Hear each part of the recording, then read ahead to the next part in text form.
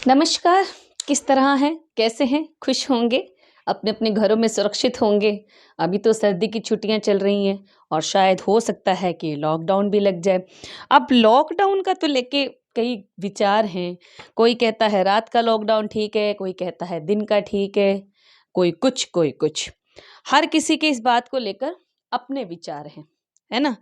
तो हम क्या करते हैं, हम अपने विचार साझा कर लेते हैं। 1 मिनट, हाँ, मैं डस्टर ले लूँ।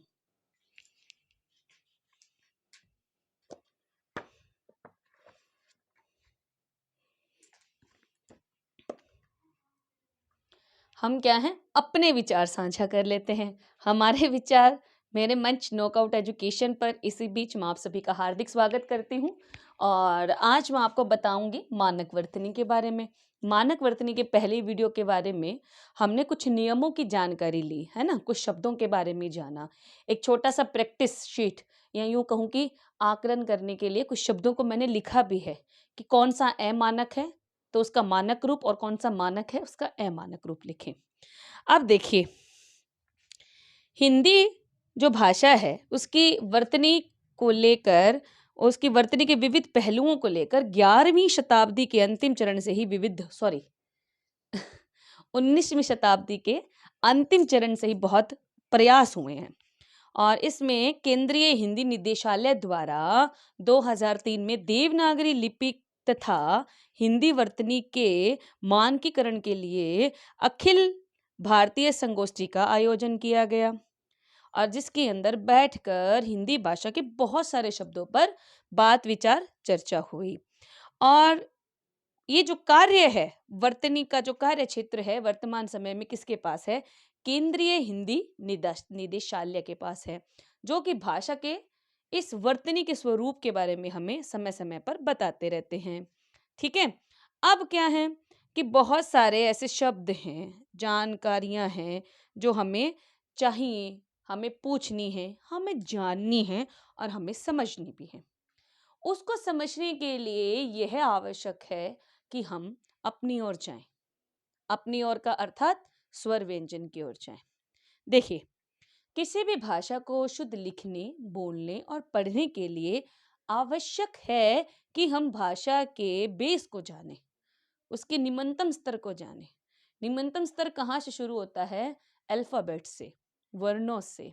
क्योंकि जब तक वर्ण ही हमारे हाथ में नहीं होंगे, हम क्या लिखेंगे, क्या पढ़ेंगे, क्या बोलेंगे, है ना? अगर एक बच्चा, उदाहरण के लिए एक बच्चा जब अपने परिवार में जन्म लेता है, वो छोटा सा नन्हा सा होता है, तो क्या है, वो क्या इशारों से, रोकर, हंसकर अपनी बात बताता है। जब बच्चा धीरे धीरे धीरे धीरे बड़ा हो जाता है तो वो अपने आसपास के वातावरण को देखकर सीखता है। उसकी मम्मी क्या बोल रही हैं, पापा क्या बोल रहे हैं, दादा दादी क्या बोल रहे हैं, आसपास के लोग क्या बोल रहे हैं, और फिर जो मनोरंजन के साधन हैं उनको सुनकर, देखकर, समझकर वो अपनी भाषा को पकड़ते हैं। वो तो हुई उसके घर की भाषा, जो उसके परिवार वाले या उसके उस क्षेत्र के विशेष के लोग बोला करते हैं, है ना? हर किसी की भाषा में अपने त्याग, अपना एक विस्तृत निर्माण है ना? लेकिन जब वो बच्चा किसी गुरुकुल में या किसी विद्यालय में एंट्री लेता है या यूं कहूं कि प्रवेश करता है, तो उसे उस वातावरण से जूझना होता है जिसके अंदर वो जा रहा है, अर्थात सीखने के लिए तैयार है। जब उस वातावरण में वो प्रवेश करता है तो अपने आसपास के वातावरण को देखते हुए, समझते हुए वहां से भी वो बहुत कुछ चीजें सीखता है। इसी प्रकार हमारी भाषा भी है। हम जब भाषा के अंतर्गत जाते हैं, उसको सीखने, समझने, बोलने, पढ़ने का प्रयास करते हैं, तो हमें कई समस्याओं का सामना करना पड़ता है। अब आप ये समझ लीजिए, मानक वर्तनी जो है, मैंने बताया केंद्रीय विद्यालय निदेशालय की तरफ से जो ये मानक वर्तनी का पाठ हमें दिया गया है, यूं कहूं कि शब्दों में या वर्णों में कुछ परिवर्तन किए गए हैं। वो परिवर्तन क्यों हुए हैं, किस लिए हुए हैं, उसके कई कारण हो सकते हैं। अब मैंने आपको बता दिया कि एक मुख्य कारण है बच्चे का अपना सोचना, है ना? वो जिस वातावरण में पल रहा है, कुछ अक्षरों को, कुछ शब्दों को जानने में उसको दिक्कत या समझ करने में तो दिक्कत आती है, वो है ना? तो उस चीज को सीखने समझने के लिए एक शब्दों के पुराने रूप को थोड़ा परिवर्तित करके लिख दिया गया, और उसी परिवर्तित रूप को हम क्या बोलते हैं, नए रूप को हम क्या बोलते हैं, मानक वर्तनी। ठीक है। अब मानक वर्तनी में मैंने कहा था वर्णों के आधार पर, खड़ी पाई के आधार पर, संयुक्ताक्षरों के आधार पर बहुत सारे परिवर्तन हैं। कल मैंने कुछ बताई भी आपको। आज मैंने कुछ शब्द अपने नोट्स के अंदर लिख के रखे हैं, कल रात को बैठ के लिखे हैं, उनको मैं आपको अभी बताती हूँ। ठीक है। उनके साथ हम क्या करते हैं, अभ्यास करते हैं।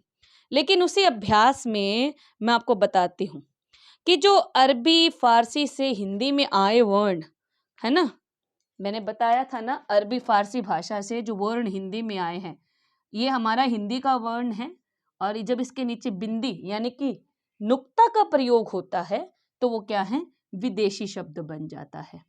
जैसे मैंने एक शब्द भी आपको बताया था, खाना अर्थात भोजन, खाना अर्थात अलमारी का एक हिस्सा या अलमारी का एक बॉक्स, है ना। तो विदेशी शब्दों में सिर्फ ये नुक्ता लगने से शब्दों के अर्थ में कितना परिवर्तन हो जाता है, खाना खाना खुद से ही। अब याद रखिए, कुछ शब्दों के उच्चारण को हमें यहां बिठा लेना है। किसी भी भाषा को सही पढ़ने, लिखने, बोलने, सीखने के लिए आवश्यक है उसका सही उच्चारण। उसका उच्चारण क्या हो, सही हो। अगर उच्चारण सही नहीं होगा तो हमारे भाषा में या शब्दों को लिखने में गलतियां अवश्य होंगी, जो कि हमने किया था। मैंने आपको वर्ण विच्छेद भी बताया था कि अगर शब्दों के शुद्ध शुद्ध रूप को जानना है तो हमें एक बार वर्ण को विच्छेद करके भी देख लेना है ना। उसको दो तरीके से मैंने बताया था, एक तो सीधा और एक पूरा यूं, हर अक्षर का भी और उससे लगी मात्रा का भी, है ना। तो वर्ण विच्छेद करने की आवश्यकता अगर आपको पड़े तो आप अवश्य करके देखें, जिससे कि जो भी प्रश्न आपसे पूछा गया है उसमें आपसे कोई गलती ना हो। अब कुछ शब्दों के दो दो रूप मान्य हैं। दो दो रूप कैसे, मतलब मैं बताती हूं। दो दो रूप कैसे कि हर शब्द को जब परिवर्तित किया जा रहा था तो संस्कृत भाषा और हिंदी भाषा के अनुसार भी उनको लिखा गया। उदाहरण के लिए देखिए, गर्मी, ये भी मानक रूप है और ये मानक रूप परिवर्तित है। दोनों ही सही माने जाते हैं। ये गर्मी भी सही है, ये गर्मी भी सही है। छोटे बच्चों के सीखने के लिए इसका प्रयोग किया जाता है। लेकिन संस्कृत भाषा में जो शब्द हैं उनको तस का जस लिखा जाता है, उनमें कोई परिवर्तन नहीं है। अब कई शब्दों के दो दो रूप प्रचलित हैं। आप कोई सा भी रूप लिखें, दोनों ही सही हैं। कई बार बच्चे कोई लेख, निबंध या कहानी लिखते वक्त जो शब्दों में परिवर्तन कर देते हैं तो कोई ना कोई गलती कर देते हैं, तो उसको या उसके दूसरे रूप, परिवर्तित रूप को लिखते हैं, तो हम उसे मिस्टेक या गलती नहीं कहेंगे। वो दोनों रूप ही मान्य हैं। दोनों में से बच्चा क्या लिख रहा है उस बच्चे पे डिपेंड करता है, उस पर निर्भर करता है। और मैंने कहा था, अभी हम चल रहे थे नुक्ता पर, तो नुक्ता से देखो आवाज में, उच्चारण में अंतर, अंतर से शब्द के अर्थ में भी अंतर। जैसे कत्ल, कत्ल, है ना, कत्ल, कत्ल। अब खौफ, खौफ, है ना। उच्चारण में कितना अंतर आ गया। तो ये क्या है, इन्हीं उच्चारित ध्वनियों के कुछ रूपों को भी परिवर्तित कर दिया गया, है ना। और कुछ शब्दों में नुक्ता लिखने की छूट भी की गई, कुछ शब्दों में भी नहीं। मैंने कुछ पिछली वीडियो में किसी में बताया था कि भाषा के जब रूप परिवर्तित किए गए तो कहीं ना कहीं क्या है, बच्चे नुक्ता लगाना भूल जाते हैं, या अरबी फारसी के शब्दों का हिंदी भाषा में प्रयोग कम हो गया है, या उन शब्दों का प्रयोग लगभग खत्म सा है, या यूं कहूं कि लुप्त सा है। बहुत लोग नहीं यूज करते हैं। क्यों? उसका कारण क्या है, अक्सर उनको इस चीज में अंतर समझ नहीं आता। अक्सर उसको इन चीज में अंतर समझ नहीं आता कि नुक्ता लगने से शब्द के उच्चारण में भी और वर्ण के उच्चारण में अंतर आता है। वो क्या है, लिखना खौफ है और लिख क्या देते हैं, खौफ लिख देते हैं, है ना। कितना विशेष अंतर है, मानते हो ना कि किस प्रकार होता है। तो यहाँ ये गलतियां बच्चों से ना हो, या उनकी भाषा थोड़ी सुदृढ़ रूप से चलती रहे, वो अपनी भाषा से मन ना भटकाव करें, तो उन्हें ये लगाने की छूट दे भी गई थी कि वो लगाना चाहे तो लगा ले और नहीं लगाना चाहे तो ना लगाएं। ये सुविधाएं हैं, भाषा का अस्तित्व खत्म ना हो उसके लिए भी हम कह सकते हैं, हो सकता है। यदि किसी शब्द में वर्ण पर शिरोरेखा, शिरोरेखा समझते हो ना, सिर के ऊपर रेखा, शिरोरेखा, और मैंने इसको पहले एक और नाम से उच्चारित किया था, सुरेखा। शिरोरेखा के ऊपर कोई मात्रा लगी हो तो वहां चंद्र बिंदु की जगह बिंदु लगाया जाता है। अब शिरोरेखा अर्थात जैसे चांद है, तो याद रखिए बिंदी कभी इसके ऊपर नहीं आएंगी, इसके ऊपर चंद्र बिंदु आएगा, ना कि चंद आएगा। ये चंद लिखा जाएगा ऐसे। देखिए शब्द शब्द में कितना अंतर आ गया ना, समझने की दरकार है ना। एक शिरोरेखा से ही बिंदु और चंद्र बिंदु के परिवर्तन के रूप को हम दिखा देते हैं। जैसे मैं, ये गलत है, ये सही है। ठीक है, हम कहाँ चल रहे थे, अभी 2 मिनट पहले मैं थी कि कुछ शब्दों के दो दो रूप मान्य हैं, इनके किसी भी रूप का प्रयोग किया जा सकता है। जैसे सर्दी, सर्दी दोनों रूप ही मान्य हैं। गर्मी, गर्मी, ब्रह्म, ब्रह्म। समझ में आया, अच्छे से आया होगा, ध्यान लगाइए। छोटी छोटी मगर बड़ी बातें। कुछ शब्दों में अंत में हम क्या करते हैं, हलंत लगाते हैं। हलन का प्रयोग क्या है, हटा दिया गया, जैसे सन्न को सन कर दिया गया। कुछ शब्दों में, सारे शब्दों के अंदर नहीं, कुछ शब्दों में, जैसे सन्न जो शब्द था उसको सन्न कर दिया गया, हलंत हटा दिया गया, क्योंकि यहाँ पर ह की आवश्यकता नहीं थी। हम लिखते थे विद्वान, लिखते हैं ना, वैसे ये विद्वान इस तरह लिखा जाता है। ठीक है, और भी एक दो शब्द हैं, बताऊं मैं आपको। भगवान, पहले भगवान, लेकिन बोलते क्या है, भगवान, न ह का साउंड नहीं छूटता। महान, महान, ये हलंत यहां से हटा दिया गया है, आवश्यकता नहीं है इनके उच्चारण में हलंत की। तो किस प्रकार देखिए विदुषी लोगों ने बैठकर अपनी विद्वता का प्रयोग करते हुए, कितने सारे लोगों के साथ बैठकर पूरी गोष्ठी हुई होगी, तब जाकर इन शब्दों पर विचार विमर्श किया गया और इनके मानक रूप को हमें दिया गया। अब इसमें क्या है, तत्सम शब्दों में 3 व्यंजनों, तत्सम शब्दों के 3 व्यंजनों के संयोग की स्थिति में एक द्वितक मूलक व्यंजन को न लिखने की छूट है। अब द्वितक मूलक क्या हुआ, जैसे द्वितक मूलक का मतलब त, क, च, प, द्वितक। ठीक है ना। अब हमें लिखना है कर्ता, इसकी आवश्यकता नहीं है, हम सीधा भी लिख सकते हैं कर्ता, है ना। हमें लिखना है क्या, कोई बताएगा कोई एक ऐसा शब्द जिसको हम कर सकते हैं, तत्व। तत्व कुछ इस तरीके से लिखा जाता है, लेकिन अब हम कैसे लिखते हैं, इस तरह, इसके इस द्वितक मूलक को, इसको हटा दिया गया है ना। तो एक बार में दो अलग अलग जो अक्षर हैं, उन दो अलग अलग नहीं, सॉरी, एक जैसे जो अक्षर हैं, उस द्वितक मूलक को तत्सम शब्दों में हम प्रयोग ना करें तो भी चलेगा। अब नई मानक वर्तनी के अनुसार हुआ को हुआ, किए को किए कर दिया गया है, आइए को आइए तथा नई को नई लिखना हमने आरंभ कर दिया है। तो व्याकरण की मानक वर्तनी में कितने परिवर्तन आए अथाह हैं, मैंने कुछ मुख्य मुख्य आपको बताए हैं। चलिए, अब मैंने कुछ कहा था कि शब्द लिख के रखे हैं, आइए हम उनके ऊपर विचार विमर्श करते हैं और एक छोटा सा आकलन भी कर लेते हैं और एक अभ्यास भी।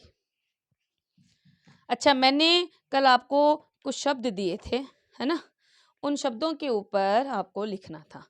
अब मैंने यहाँ शब्द लिखा है आगामी, आ गा मी, ठीक है ना, समझ रहे हो। मधु लिखा जाता है मधु, विद्वान विद्वान, है ना। एक मात्रा लगाने की आवश्यकता नहीं है, मानक रूप है एक, ठीक है। ऐनक पहले लगाते थे ऊपर एक के ऊपर मात्रा, अब जरूरत नहीं है ऐनक, इसकी आवश्यकता नहीं है, ठीक है ना, समझ गए अच्छे से। अब देखिए कुछ और है। हाँ, गणेश, न और बिंदी का प्रयोग बन जाते हैं अणे गणेश।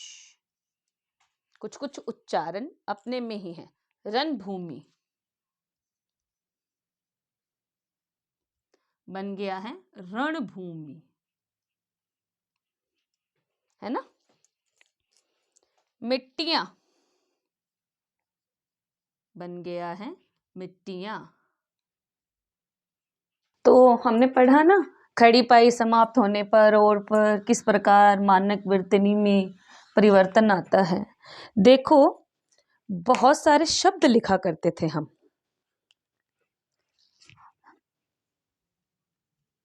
मिट्टी मिट्टी, क्या लगता है क्या होगा, कौन सा सही होगा? नहीं, ये दोनों ही सही हैं। ये पुराना रूप है वर्तनी का और ये नया रूप है वर्तनी का। देखो कुछ कुछ शब्दों को समझना हमारे लिए मुश्किल हो जाता है, छोटे बच्चों के लिए भी मुश्किल हो जाता है, हमारे लिए हो जाता है तो छोटे बच्चे तो क्या हैं। तो उनकी आसानी के लिए क्या किया गया, उस रूप को परिवर्तित करके इस तरह डाल दिया गया। अब ये ट आधा है, इसके पाँव में क्या लगा है, हलंत। हलंत क्या है का साउंड है जो आधे अक्षर को क्या करता है, पूरा करके दिखाता है, ठीक है ना। तो ये हो गया ट जमा ट, तो क्या बन गया ट, ठीक है ना। तो मिट्टी मिट्टी, ध्यान रखना एग्जाम में कभी भी आता है और आपसे प्रश्न पूछ लिया जाता है तो ये दोनों ही वर्तनी सही है। फर्क कितना है, ये पुराना रूप है ये नया रूप है, लेकिन उत्तर क्या देंगे आप, ये देंगे। आज के चलन में ये है, घुमा फिरा कर पूछेंगे। चलिए एक और बताती हूं, ट ठ, है ना। हम ठ के पाँव में आधा ट ऐसे लगाते हैं, लेकिन अभी ये ऐसे लिखा जाता है जैसे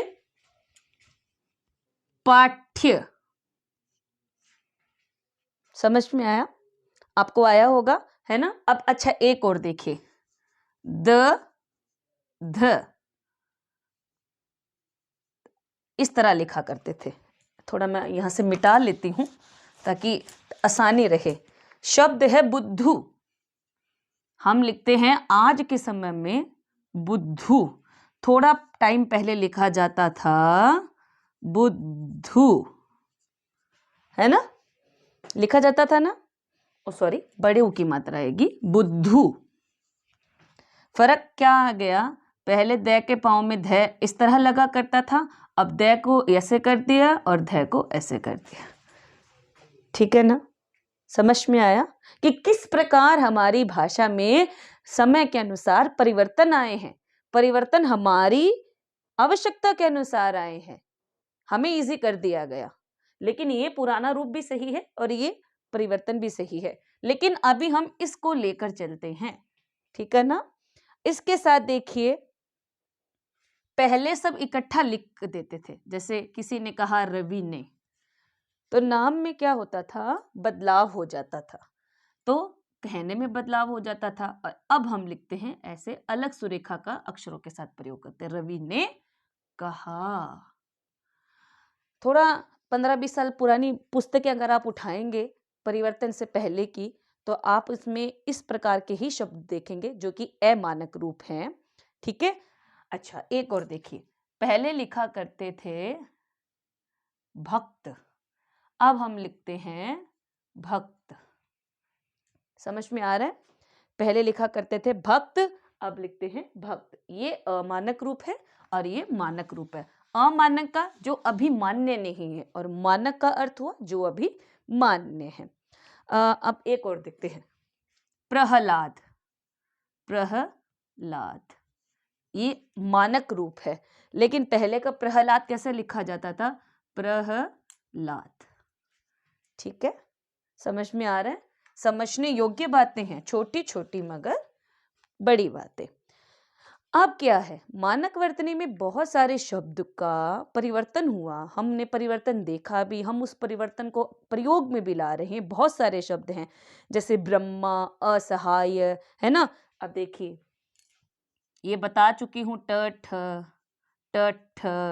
है ना, ध है ना, बुद्धू बुद्धू हमने किया था ना, गद गद्य है ना, ह न, बहुत सारे हैं, ये तो मैंने कुछ एक लिखे हैं। य, समझ में आ रहा है? बहुत सारे हैं, ये तो मैंने कुछ एक लिखे हैं। ध्यान रहे, शब्दों का हेरफेर कोई गलत बात नहीं है, पर अभी हम मानक रूप को प्रयोग नहीं कर सकते क्योंकि उन शब्दों का प्रचलन खत्म हो चुका है।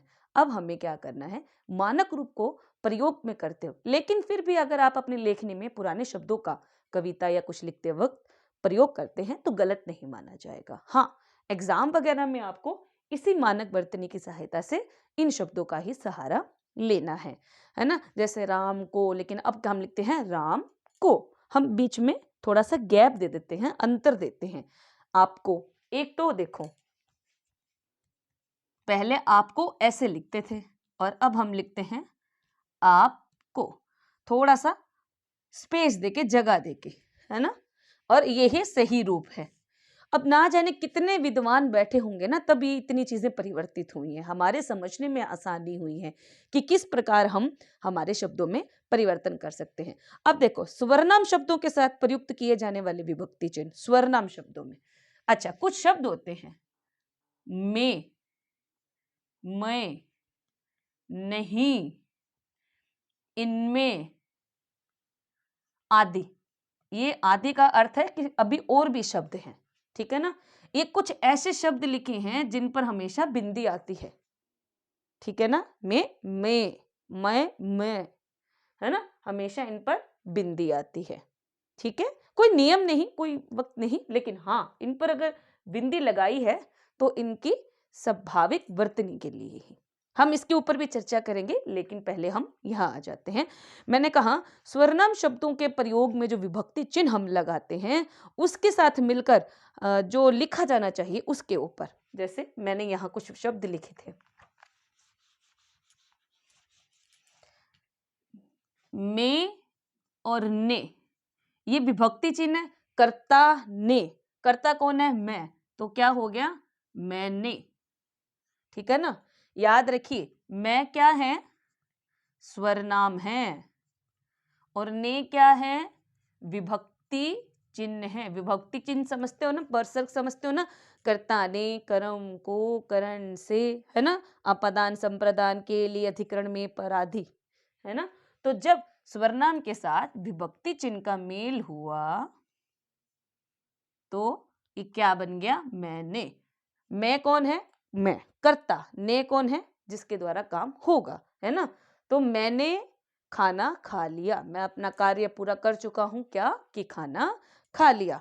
अब देखिए, उस जमा में, उस क्या है? स्वर नाम है, में क्या है? विभक्ति चिन्ह है। दोनों को जोड़ने पर क्या बन गया? उसमें। इसका पर्याय भी है, अर्थ भी है, और इसको वाक्य में प्रयोग करने पर हम इसके अर्थ को हमारे वाक्य के लिए शुद्धि रूप में प्रयोग कर सकते हैं, है ना।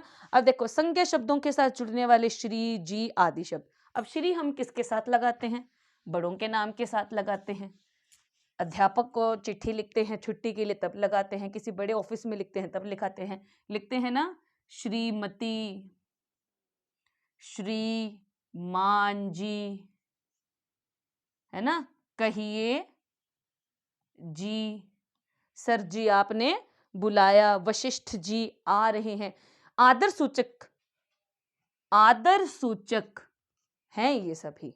किसी हमसे उच्च पद पर बैठे हुए व्यक्ति, बड़े व्यक्ति के लिए हम इन आदर सूचक शब्दों का प्रयोग करते हैं, है ना।